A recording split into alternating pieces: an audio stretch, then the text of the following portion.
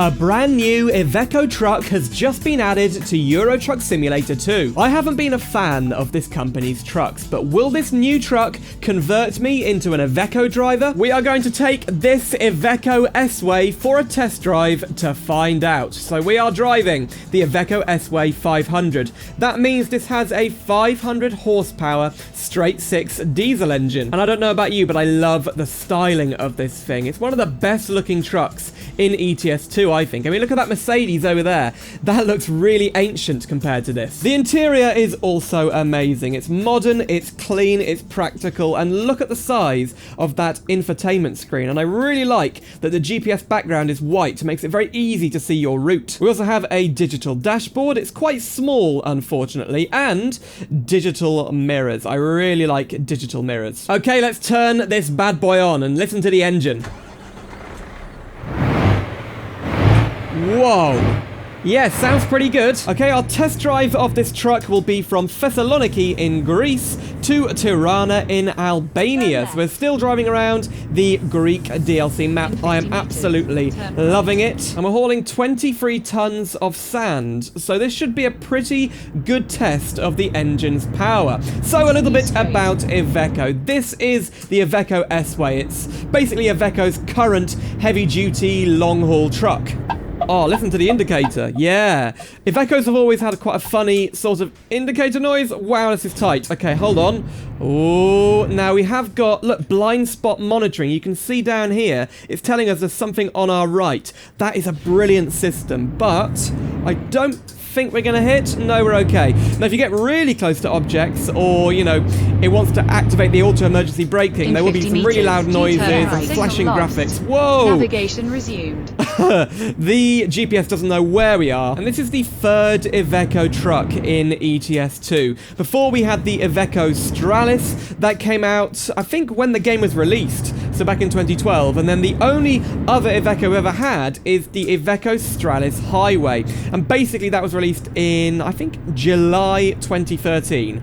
We're talking 11 years ago, and finally we've got another Iveco. We've got different modes on the dashboard here. Unfortunately, it is very small, but you can see our average fuel consumption on. I think we're going to leave that one on. So we're here in Greece, Thessaloniki, in the northeastern region of Greece. We're heading into the West Balkans DLC, though, so we won't be seeing Greece all of this video. Whoa, okay. Now, this truck usually has a automatic gearbox, a 12-speed auto, but I just like using the manual in ETS2. It really helps with my immersion, even though it's not very realistic considering this truck doesn't have a manual option from the factory. Anyway, onto the highway. Let's see. Whoa, don't pull out on me, man. I think you're in your Mazda there. Let's see what kind of power this thing has uphill. So, flooring it. Ooh, it feels alright. I don't really like the revometer, or tachometer it's called, is not great. It goes in the opposite direction to the speedometer. So yeah, that's a bit weird, but whoa, here we are on the highway. Okay, let's do a horn test. What does the horn sound like? Whoa. It's like a duh-duh. It's like a... Is that lag, or is that really what the horn sounds like? Let's listen again. Yeah, I'm not double tapping, but it's doing like a double tap horn. That's weird, but it's kind of a standard European truck horn. Okay, this beeping system is kind of annoying. It's warning us there's something on our right, but we're nowhere near it. Look at this.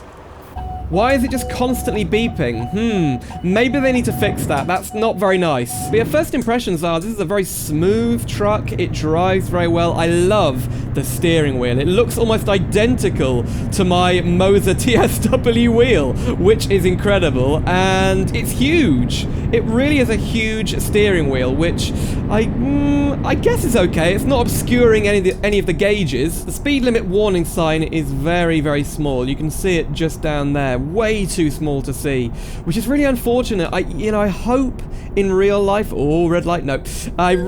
Oh, okay, we did get an offense. I hope in real life that the dashboard doesn't look quite this small. It's incredibly small. The resolution of the mirrors is great. I can see everything coming up in the mirrors. And over there, Yep, they're okay. You can see we have got standard analog, I guess, mirrors above the doors. But yeah, the digital mirrors look great.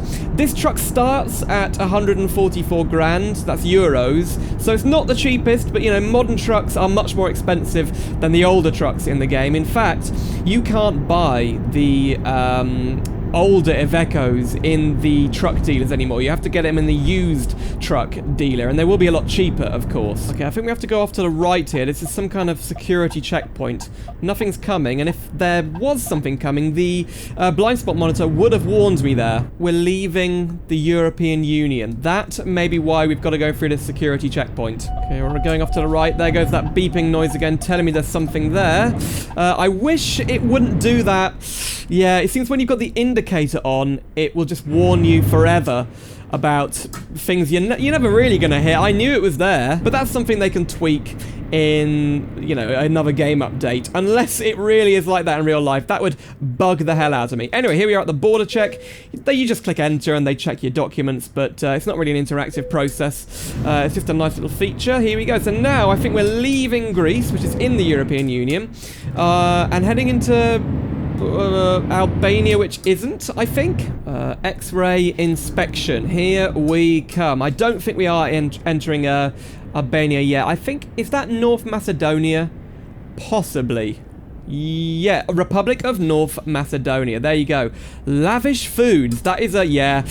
Not having the AI traffic on means there are some pretty weird brand names from the vanilla game. Oh, here we go. Yeah. Just force your way in. Why not? So this truck is available as either a 4x2 like we have here, or a 6x2 chassis. And look at how that, I mean, it's almost white there. The pearlescent paint. I wouldn't really spec my truck with this colour. Wow, look, it turns completely white. If you look, what? Look at that! Wow. So yeah, maybe they could improve the metallic paint, how it kind of reflects in this game, but, you know, we had a Volvo in about 2008, a V50, and the colour of that changed quite a lot depending on the lighting conditions. So, you know, this is something that happens in real light. In real light? In real life. Both, I suppose. Real light and real life. Is this the X-ray scanner? I have no idea where I've gone. I think I may have gone the wrong way. X-ray inspection. No, we're still going. Maybe you can avoid it, and then you might get a fine, though, if you avoid it. This kind of reminds me of the... Whoa, we're going into the hall. Okay. Why are we scanning some sand? Anyway, this kind of reminds me of the Pro mods, the Eurotunnel areas in Pro mods. So maybe the official developers have actually... Stop the engine! Okay, sorry. Stop the... Oh. Maybe... Look, what is this? Maybe the SCS software devs, they have kind of learnt from the Pro mods developers to create a more interactive experience here at the border crossings. But, whoa, yeah, it's pretty cool. And look, and when you come out of here, we've got fueling stations and places to rest. Okay, then we're on our way through North Macedonia, and the next country, I think, is Albania. 382 kilometers left. Now, the other engine options for this truck are the 460 horsepower and the 580. But considering this truck starts at 144k euros, I'm guessing you could pay as much as 200k, maybe even more, for just a factory version of this truck. No real accessories or anything like that. I don't think it's bad value for money, but it doesn't make it too desirable when, you know, Iveco has never been classed as a very high-class sort of truck. It's more of a sort of budget to average truck. You know, Volvo and Scania are like the premium, maybe Mercedes too. Then you've got DAF and MAN in the middle, and maybe Renault and Iveco lower down. But I'd love to know your thoughts about the Iveco brand. What would be great in this game is that if at some point they could update it so we could interact with the infotainment system. You know, you could have Spotify integration on there, you could hit the music button and you could see what song you were listening to, then you could like press a button on the wheel to skip to the next song. I don't think Spotify integration would be that hard. I mean, you've got the radio player in the game already. So how does this truck handle around the corners? Yeah, not much body roll. Feels quite stable. I think it was the Iveco before that had free windscreen wipers. Or was it the DAF? I think the really old Iveco did have free windscreen wipers, but this one just has... Oh, hang on. Oh, there you go. A lowly 2, but that's fine. You don't need free windscreen wipers. They were very wide screens on those old trucks. The further we drive, the more I'm enjoying this truck. It's really nice. The engine noise isn't too overpowering. It's a very smooth, quite subtle engine noise, so there's good sound insulation in here. I mean, some trucks you drive in this game, the turbo's way too loud, the engine is very low and rumbly and gruff, but this is clearly a modern diesel engine that's quiet and efficient. I have to say, still not liking how small the dashboard is. Look at how small the cruise control icons are. 80 plus 5 minus 5. It's too small. Way too small. And if you're wondering what mods I'm using in this video, I'm not using that many. They're all from the Steam Workshop, and I've listed them in the description down below. I've got things like realistic physics, and my favorite mod, really overall, is YARA. That is the UI mod you can see on the screen right now. It's a really good mod. Very, very, very essential for me. I have to have it on pretty much every profile I use in this game. And yeah, it is getting a little dark. Whoa, we are speeding massively as well. Let's shift down into 10th. There you go. Now let me check my fuel consumption button. Hang on a minute. And then we need to go to that. Right, hang on a minute. What are we getting? That's trip 1. What about this one? Here we go. 6.4 mpg. That's Imperial mpg. So that's, for a truck, that's not bad. I see a lot of trucks get 4 or 5, so 6.3 isn't so bad. I'm sorry, I know I am British. We do use Imperial mpg. My Saab probably gets 35. So yeah, this is okay for a truck. I think we're fine for fuel. Let me just have a look. Yeah, we've got just under half a tank, so we'll be all right. There you go. Because I'm indicating, it's beeping at me again. It thinks I'm going to crash into all of the barriers and stuff. Why is it doing that? Yeah, they need to change that system. That is possibly the weakest point of this truck. It's rather annoying. This truck doesn't feel incredibly big either, so it's pretty maneuverable. That noise is bugging me, and I think we're kind of lucky that we've been driving along mostly in the daytime. Usually when I try and go to record a video in this game, it ends up being nighttime and we can't see anything, but it's still relatively bright out here. Let's test the high beams. Oh yeah, they're not bad. They are not bad at all. They have quite a long reach. I would say you'd still want to improve the truck with some accessories like big spotlights on the top. But I am also using my Moser multifunction stalks. They do work now in ETS2, if you're wondering. I made a video not too long ago showing you how to set it up in the game, and yeah, Moser have done a good job. They've updated them, so basically they work by default. The only problem I did have is that I think I had to make sure the Moser Pithouse software was running as an administrator. Otherwise, it kind of conflicted with ETS2 and the thing wasn't being recognized. But yeah, here we are, another border checkpoint. Now, can we just go in any lane? I think we can. I'm going to go down this one. Yeah, I really like the border checkpoints in this part of the map. No! I don't like the border checkpoints in this part of the map. I've gone in the wrong lane. See, there's a green light on here. Come on. Right, reverse. This guy's stopping for me. And look, there's an old Iveco highway over there. That was like European Truck of the Year in 2013. I mean, it's just making me feel old. This game has been out for 12 years. It doesn't really feel like that. It feels like a long time, but 12 years just sounds insane. I mean, it only seems like yesterday I did the 10th anniversary. Yeah, for the 10th anniversary 2 years ago, I did a video like showcasing what the original version of the game was like 1.0, the first release. That was really good fun. It was nice to go back, and the game still worked pretty well. It didn't feel glitchy or buggy. It worked with my steering wheel. Probably wouldn't work with the Moser now. I was using the Logitech G27 at the time, but oh, can we just squeeze in here, man? Please, car? Please, car? Please, car? Oh, I didn't want to hit that police car, but I think we survived that. Now, look how bright the digital mirrors are. That is great. So clearly they've got some kind of gamma correction on them that, well, it's almost like night vision, isn't it? It's so bright. Wow. I love digital mirrors. We've got a very twisty road coming up, so I'm going to turn on the high beams. Yep, they're nice. They're very bright white, so clearly they're modern xenon or LED, possibly LED actually, bulbs, yeah. Now look at the indicators at the front, right? Here we go. They are very nice. Yeah, I like them. They're very subtle.